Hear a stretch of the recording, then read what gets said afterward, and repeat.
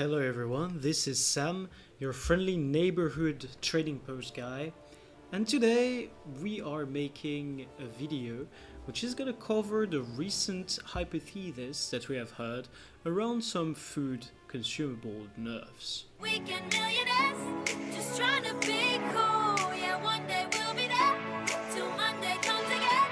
We're weekend millionaires. Actually, we have heard about this information both in the various leaks that have happened, as well as in some videos by other YouTubers who are expecting this kind of nerf to happen. The two principal nerfs that we have heard about are the seaweed salad nerf, as well as the condition duration food nerf. For both, we would see a 50% nerf. This means that the seaweed salad will go from a 10% buff to a 5% one, and that the candy duration food, mainly the rare veggie pizza, would go from 20% increase to a 10% increase. Now, these two hypotheses have different effects, both on the builds, on the consumables that are going to be used, and on the impact on the meta. While I may not be able to have a proper idea of what the meta will shift towards, I might actually try to give some insight about what is going to happen to the consumables.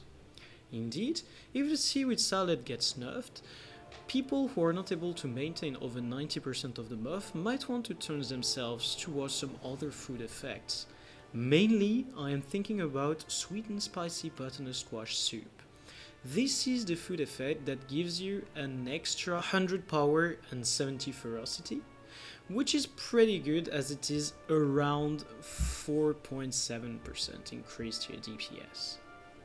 On the other hand, the condition duration nerf actually means that people would still be running that food, as a 10% increase is pretty incredible. As a reminder, if you are wearing full Viper armor, you are only at 42%, purely from ascended stats. So 10% is actually very valuable and people would keep using that food. Instead, they will probably turn themselves towards the Superior Sigil of Malice. Indeed, it is exactly a 10% value.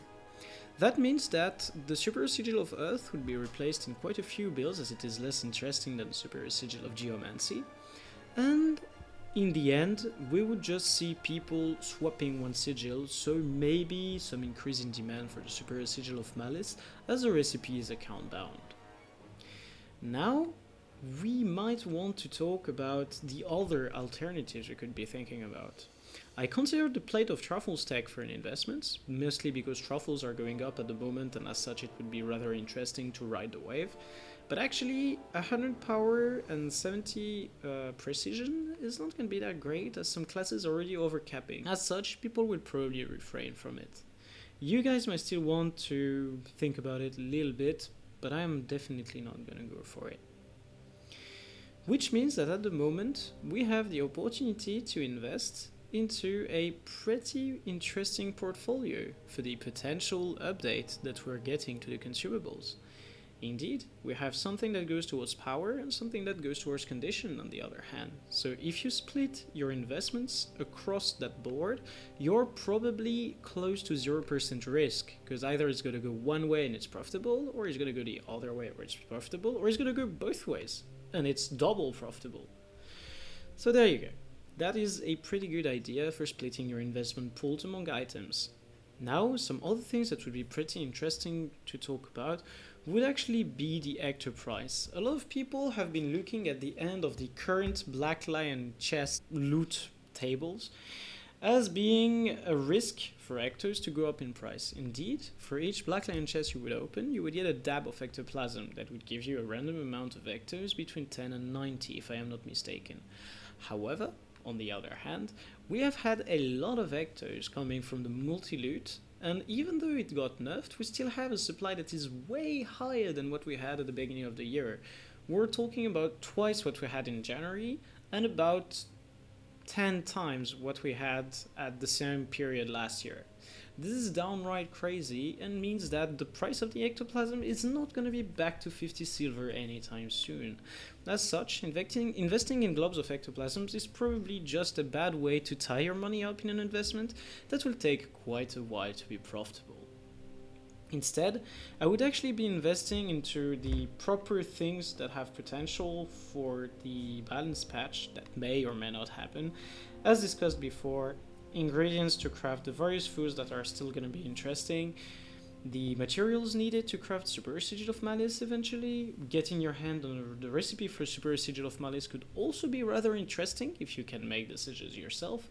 And finally, there is also another thing you can look at. It is that some of the food, especially the sweet and spicy butternut squash soup, actually requires a recipe that is not available anymore. That recipe indeed dropped only from the Flame and Frost event, which means that right now, whatever supply we have on the trading post or in people's guild banks, vaults, banks, whatever, is the only thing we have left. I urge you to have a look at that, as it could eventually be interesting for you guys, even if in the end you're only gonna craft it for your own usage. This concludes this video, as I wanted to keep it rather short and just go over the points that were raised by some people and that I deemed to be interesting. If you guys have any question, you might go ahead and ask them in the comment section. I will try to do my best to answer them. Please drop a thumbs up down below the video, as that really supports me. Until then, I wish every single one of you a happy trading and to get rich.